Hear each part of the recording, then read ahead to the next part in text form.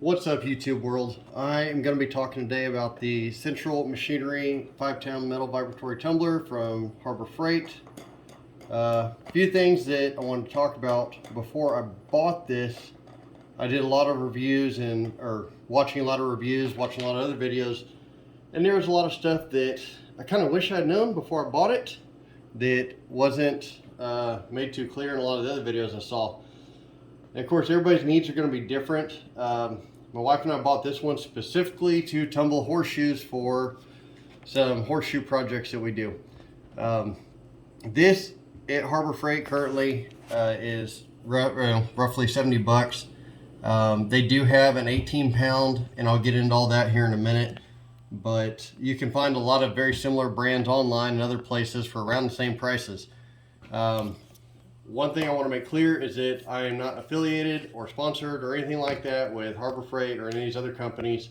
This is just something I was trying to put out there, help other people, to maybe help them make a purchase for something they need.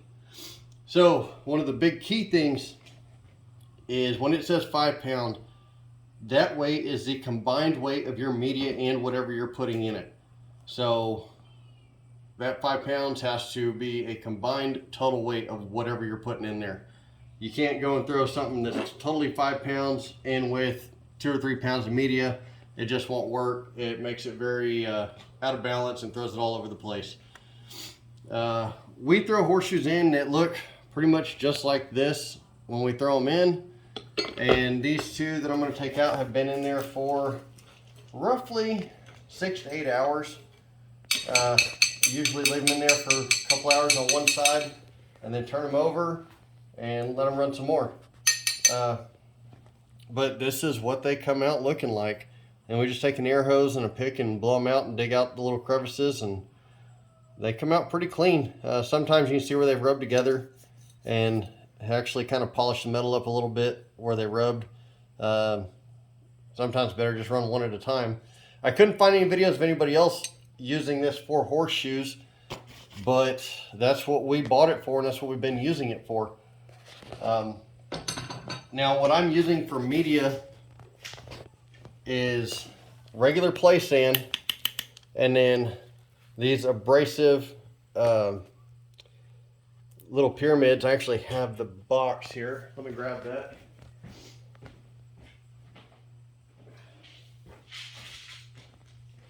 It is a rust cutting abrasive resin, also sold at Tractor Supply. I think this was around 20 bucks for the whole tub, and it's, I think, right around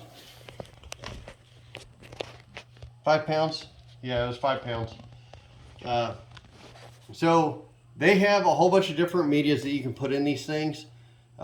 Just one of the things we found is just using the rust cutting abrasive resin stuff, everything came out real chalky, and it just didn't quite get into these horseshoes the way we wanted. So that's where we started using the play sand along with it and started experimenting, and that was the best results we got. And on average, like I said, we run them for around anywhere from 4 to 6 hours. Sometimes they've run longer, but the best results we've seen are right at 4 to 6 hours. It's a regular 110 unit. You just plug it in, and it's got an off-on switch. The lid does have a rubber gasket that if you don't keep it clean, it will start vibrating itself loose and loosen the wing nut up top. After the first couple uses, you do need to check your nuts and everything underneath. They do start vibrating. I haven't had any issues with them, but some of the other reviews said that they did come loose. But all in all, it was a good purchase for us. Now the difference between this and the 18-pound is that the 18-pound allows you to use wet media. Knowing what we know now about this one and how actual small it is, and that you can only put a total combined weight of 5 pounds, we probably would have went with the larger one. But it did get us started and really helped us speed up our process, because when we get done using this, usually we sandblast these horseshoes with another product from Harbor Freight that I'll do in another video. But this greatly speeds up that process. Some of the other things you can use, you're not limited to, but They do have polishing media. They've got the rust cutting. You can get walnuts. They have aluminum oxides that you can use, and there's several others that you have to look. There's crushed glass, all kinds of different stuff. You just got to go through there and look, and whatever works out for your needs. These are the only two things I've used so far, and so far has been great.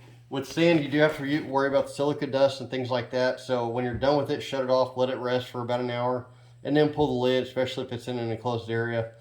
But all in all, that's about it. If there's anything y'all like to see get put in it, or different medias getting used on different things, if you're thinking about getting one but you don't know what you want to do with it yet, or you want to know if what you want to put in it will even work, drop us a message or in the comments and let us know. And if it's something we have or can get easily, we'll put it in there and let you know before you buy it.